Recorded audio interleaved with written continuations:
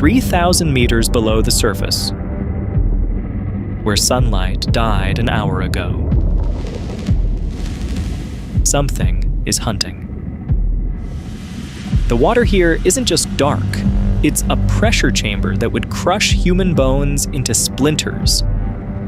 10 atmospheres of force per square inch, cold enough to stop your heart in minutes. And in this void, a sperm whale has just detected movement. Its heart slows.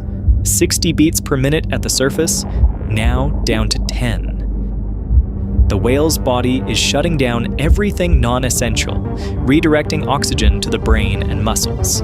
It's been holding its breath for 40 minutes. Then it fires.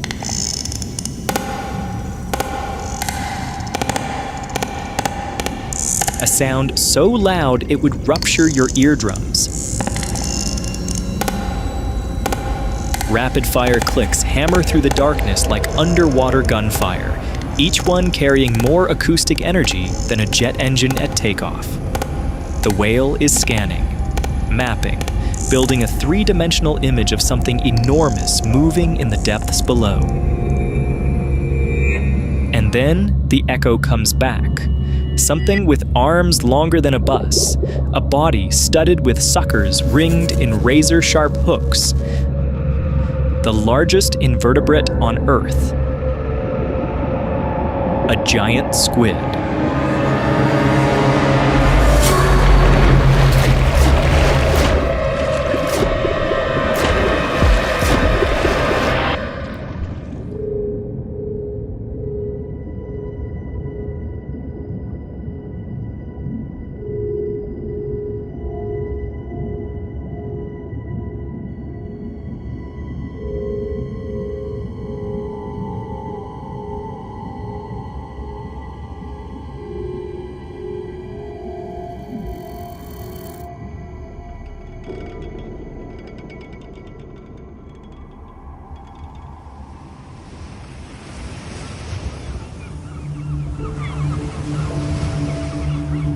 For most animals on Earth, life happens in the light. But sperm whales live in a world almost no creature ever enters, a vertical universe stretching miles beneath the surface, where pressure crushes metal and sunlight has never existed. What makes sperm whales so strange is not just their size or their brain or their power. It's how little we actually know about them.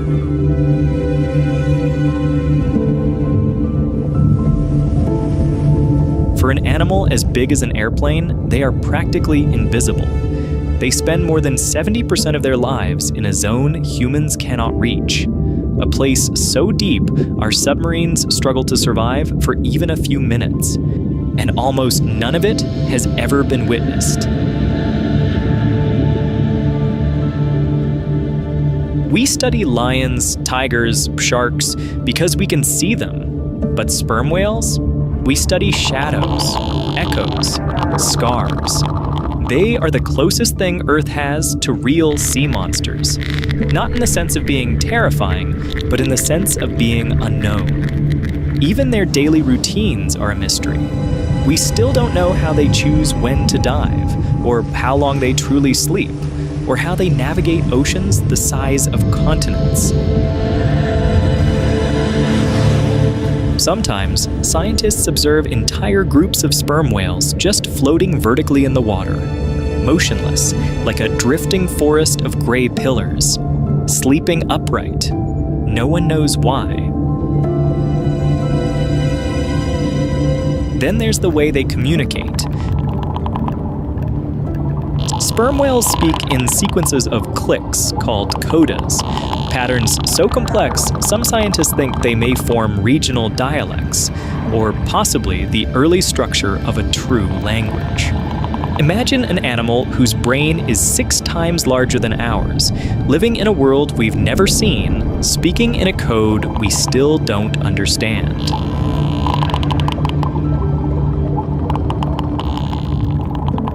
Every once in a while, the deep allows a glimpse, and when it does, it changes everything. Divers have encountered sperm whales in moments that shouldn't be possible. You're hanging there in open water, weightless, vulnerable, and then something massive moves toward you through the blue.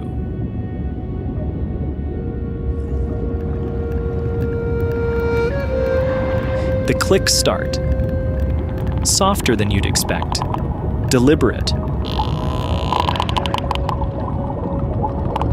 The whale is scanning you from the inside out, your lungs, your ribs, your heartbeat, building a full three-dimensional image of what you are. And then it just hovers there, watching.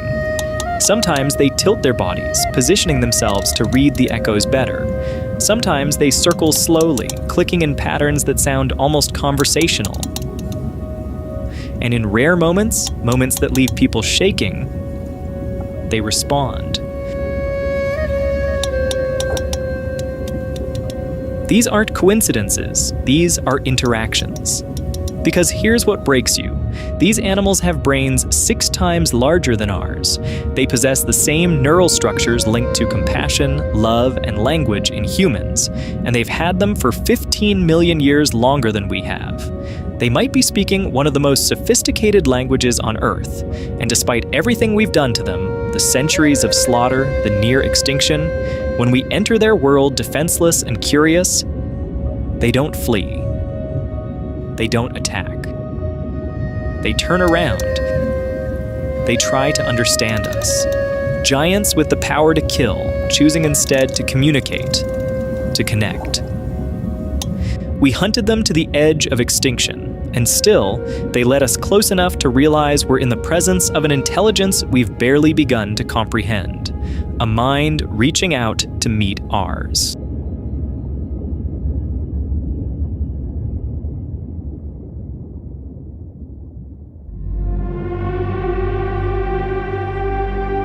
For centuries, humans only knew sperm whales from the surface. And everything about them felt wrong. Sailors in the 1700s called them sea devils, leviathans. Some thought they were the kraken itself, the monster from the stories, rising from the abyss to drag ships into the deep. Because when you're standing on the deck of a wooden vessel in the middle of the Atlantic and a 15-meter-long head emerges from the fog, breathing out a plume of mist that smells like death, you don't think mammal, you think nightmare. The sounds didn't help. Ships would pass through open ocean and hear it, loud, rhythmic knocking coming from below. Like something massive hammering against the hull from underneath. Crews thought they were being stalked. Some believed it was spirits. Others thought the ship was breaking apart. It was sperm whales communicating. And then there were the scars. When whalers finally started killing these animals in numbers large enough to examine them closely, they found something that terrified them. Circular marks covering the whales' heads and bodies, some nearly a foot across, ringed with smaller cuts like teeth marks, suction cup scars. If the whales looked like this, what the hell were they fighting? The myth of the giant squid was born not from imagination, but from evidence carved into living flesh. But the fear became real in 1820. The whaling ship Essex was rammed by a sperm whale in the middle of the Pacific. Not accidentally, deliberately. The whale struck the ship twice, stove in the hull, and sank it. The crew spent months adrift in lifeboats. Some resorted to cannibalism to survive. The survivors told stories of a whale that seemed aware, angry, vengeful. Herman Melville heard those stories, and 30 years later, he wrote Moby Dick. The white whale wasn't fiction, it was fear given a name. Fear of something massive and powerful that lived in a world we couldn't enter, but that could reach up and destroy us anyway.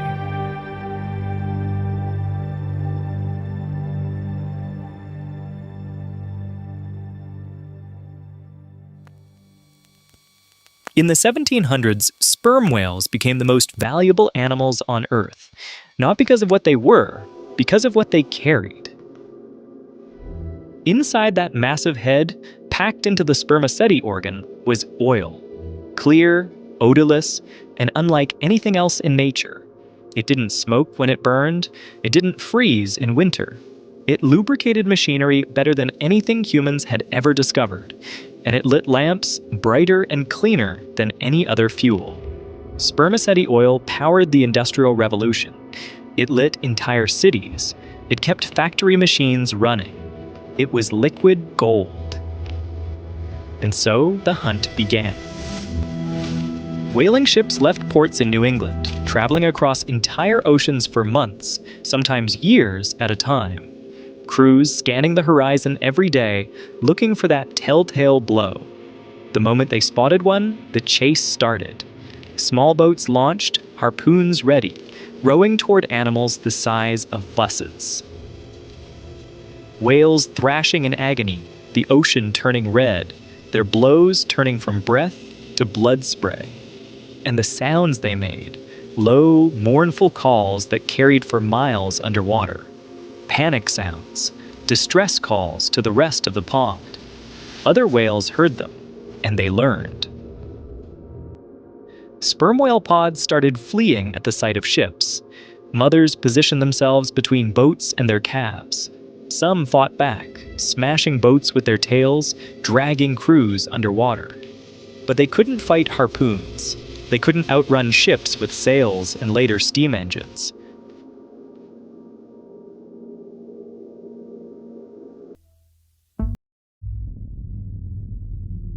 By the mid-1800s, the oceans were full of whaling fleets. American ships, British, Dutch, Japanese, all hunting the same animal, driving populations toward collapse. Some areas that once hosted hundreds of whales saw their numbers drop to single digits. But sperm whales are slow to recover. Females don't reach sexual maturity until they're 9 years old.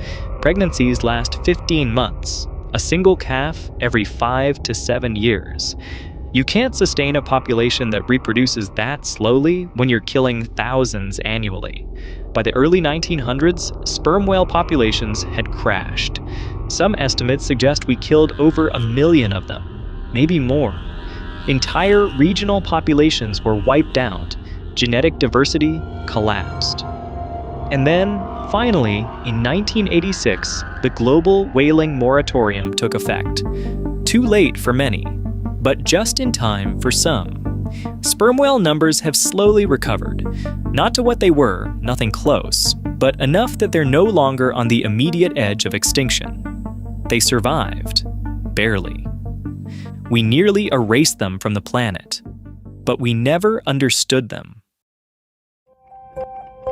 To understand who sperm whales really are, we have to go back to the deep. Here's the thing about diving 3,000 meters below the surface. The pressure at that depth is roughly 300 times what we experience at sea level, enough to crush a car into a cube, enough to implode a submarine if it's not built perfectly. And yet sperm whales do this dozens of times a day, holding their breath for over an hour, then casually swimming back to the surface like it's nothing. They shouldn't exist, but they do. And every part of their body is a solution to a problem that would kill anything else. Start with the head. That massive, square, 9-meter-long battering ram isn't just for show. It's a biological sonar cannon. Inside is an organ called the spermaceti, filled with up to a ton of waxy oil. Sound originates deep in the whale's nasal passages, travels through this oil, which focuses it like an acoustic lens, then fires forward in a directional beam. The result? Clicks registering at 230 decibels. For context, a jet engine at full throttle is 140 decibels. We're talking about sound energy thousands of times more intense, loud enough that divers have reported feeling the clicks pass through their chest like a physical punch.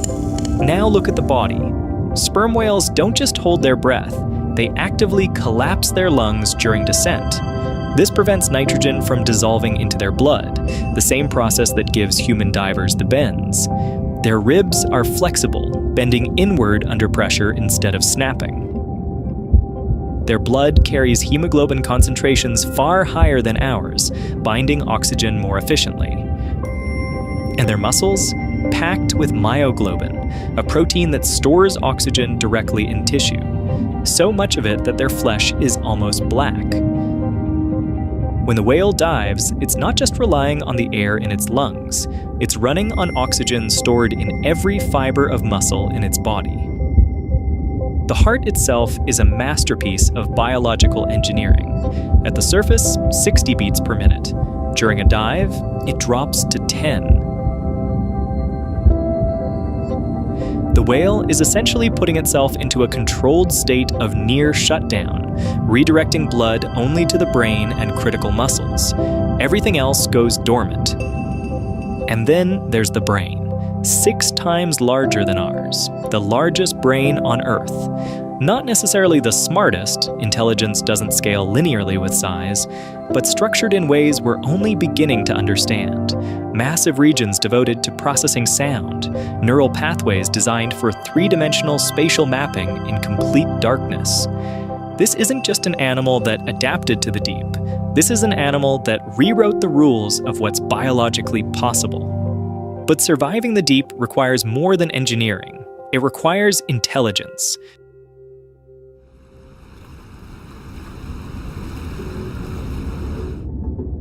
Sperm whales don't just click for hunting, they click to talk. The patterns are called codas. Rhythmic sequences of clicks that sound almost like Morse code. 113,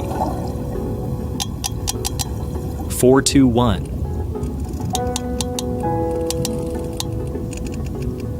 312. Each pattern distinct, each one repeated, each one recognized by other whales across miles of ocean. And here's where it gets strange. Different clans have different dialects. Whales in the Caribbean don't click the same way as whales off the coast of Japan. Pods that travel together develop shared clicking patterns, signature sequences that identify them to other groups. It's not instinct, it's learned. Calves don't instinctively know their clan's coda. They're taught by listening, by mimicking, by practicing until they get it right.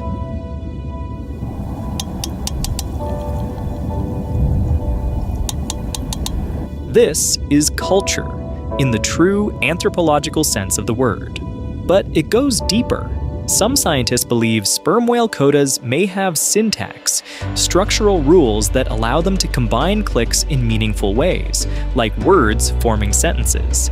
If true, it would mean sperm whales aren't just communicating, they're speaking. In 2021, researchers launched the Earth Species Project, using AI to analyze thousands of hours of recorded whale clicks. The goal? Decode the language. Find patterns humans can't detect. Understand what they're actually saying. We're not there yet, but early results suggest the complexity is staggering, far beyond what we see in dolphins or other cetaceans. Some researchers think sperm whale communication might be more sophisticated than human language, not in content, but in structure. A single sperm whale influences life across an entire ocean in ways we didn't understand until recently. Sperm whales don't just live in the deep, they live between worlds, diving thousands of meters to hunt, then rising back to the surface to breathe, rest, socialize, and care for their young. They travel in tight-knit family groups led by older females, the matriarchs, who guide the pod across entire ocean basins. These migrations aren't random wandering, they're inheritance. Roots passed down from grandmother to mother to calf.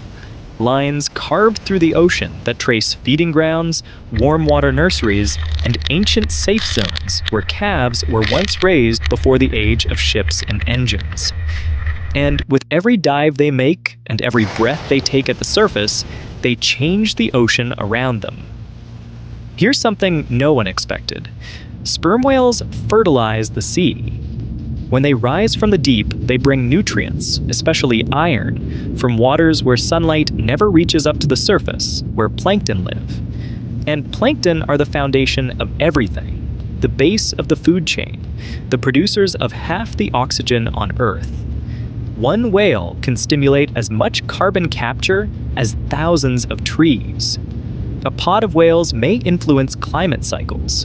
An entire population? Planet-level consequences. They don't just survive the ocean, they help build it. And even in death, their work continues. A whale fall, the sinking of a dead whale to the seafloor, creates a city in the dark. A single whale can feed an entire deep-sea ecosystem for 100 years. Crabs, eels, worms, sharks, thousands of animals survive because a giant sank into the abyss. It's one of the most dramatic transfers of energy in nature. Life becoming life. Death becoming an entire world. This is why sperm whales are unlike any other whale. Baleen whales filter feed. Orcas hunt intelligently. But sperm whales dive deeper, stay longer, communicate more complexly, form richer family structures, and shape the ocean in ways no other species does. They are engineers, matriarchs, hunters, teachers, navigators, and the living memory of the sea.